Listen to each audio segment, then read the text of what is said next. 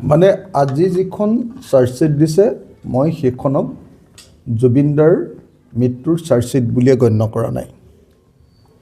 মই ভাবোঁ যে আজিৰ যিখন চাৰ্জশ্বিট দিছে এইখন হ'ল হিমন্ত বিশ্ব শৰ্মাৰ 2026 চনৰ নিৰ্বাচনী প্ৰচাৰৰ এখন ইস্তাহাৰ।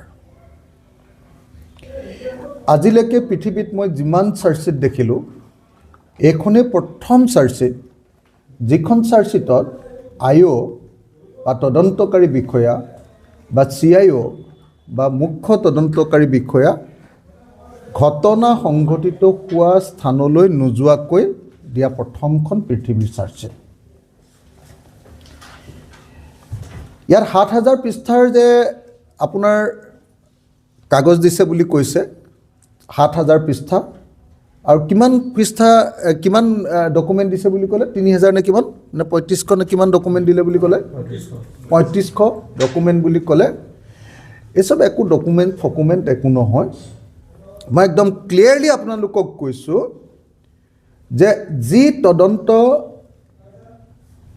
প্লেচ অফ অকাৰেঞ্চ বা য'ত ঘটিছে তালৈ নোযোৱাকৈ কৰা তদন্ত, সেই তদন্তই পৃথিৱীৰ কোনো কেছতে কেতিয়াও কোনো মানুহক ন্যায় দিব নোৱাৰে।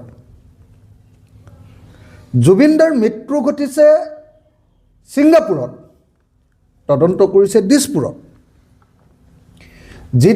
জুবিনদা যিখন সাগৰৰ পানীত ডুবি ঢুকালে সেই সাগৰৰ পানীটো পৰাও চাবলৈ যোৱা নাই এতিয়ালৈকে আইঅ'এ।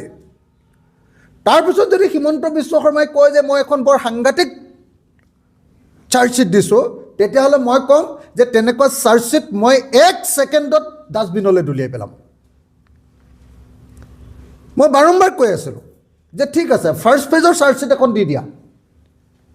ইয়াত তোমালোকে মটিভৰ ওপৰত চাৰ্জশ্বিটখন দি আছা যে কিয় হত্যাকাণ্ড হ'ল বুলি আগতে তোমালোকে নিজে ঠিক কৰি ল'লা যে হত্যাকাণ্ড হৈছে বুলি আমি দি দিম, আৰু কিয় হত্যাকাণ্ড হ'ল বুলি তোমালোকে পইচাৰ কেলেংকাৰী এটা বনাই ধুনীয়াকৈ তোমালোকে ঠিক আছে পইচাৰ কেলেংকাৰী হ'ব পাৰে তেনেকুৱা এটা তোমালোকে ডকুমেণ্ট বনাই ইয়াত দি দিছা।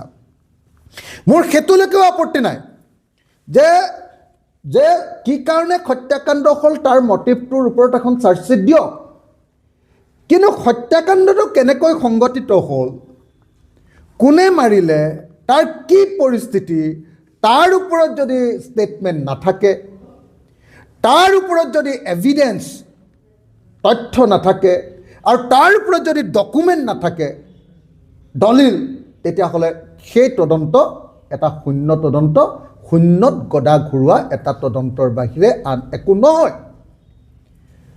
গতিকে CID বা SITয়ে যোৱা 88টা দিন নহয়, কেইটা দিন, 84টা দিনত অকল শূন্যত গদা ঘূৰালে। ইয়াক কয় শূন্যত গদা ঘূৰোৱা বুলি অসমীয়াত কয়। শূন্যত গদা ঘূৰালে। একবাৰৰ কাৰণেও তেওঁলোকে প্লেচ অফ অকাৰেঞ্চ বা য'ত ঘটনা ঘটিছে তাত গৈ তদন্ত কৰিবৰ কাৰণে কোনো ব্যৱস্থা নল'লে। নাম্বাৰ 1।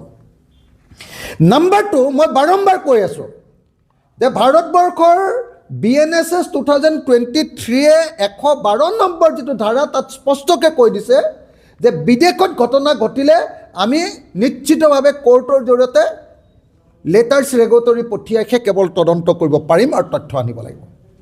হিমন্ত বিশ্ব শৰ্মাই মোক উত্তৰ দিলে বিধানসভাত, বোলে নহয় আমি MLATৰ জৰিয়তে আনিলেও হৈ যাব।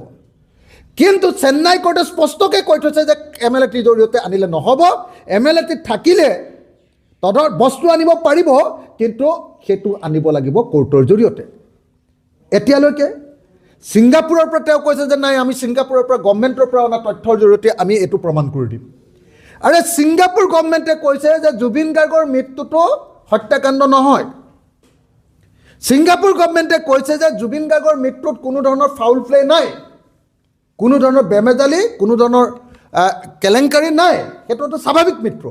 আৰু তাৰ পাছত কৈছে যে ছিংগাপুৰৰ তথ্য আনি, ছিংগাপুৰ চৰকাৰে দিয়া তথ্য দি, ছিংগাপুৰ চৰকাৰে দিয়া এভিডেন্স দি আমি এইটো হত্যাকাণ্ড বুলি প্ৰমাণিত কৰিম। ইয়াতকৈ আৰু আভুৱা ভৰা ঘটনা কেতিয়াবা ঘটনা ঘটিছে? পৃথিৱীৰ মোক এটা গোচৰৰ নাম কওক যিটো গোচৰত এতিয়ালৈকে প্লেচ অফ অকাৰেঞ্চত তদন্ত নকৰাকৈ চাৰ্জশ্বিট দিয়া কৈছে।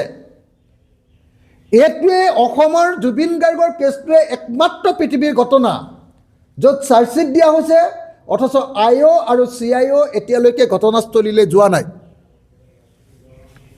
গতিকে মই কৈ দিছোঁ, আপোনালোকক স্পষ্টকৈ কৈছোঁ যে জুবিন গাৰ্গৰ হত্যাকাৰীবিলাকক বচাবৰ কাৰণেহে আজি চাৰ্জশ্বিট দিয়া কৈছে।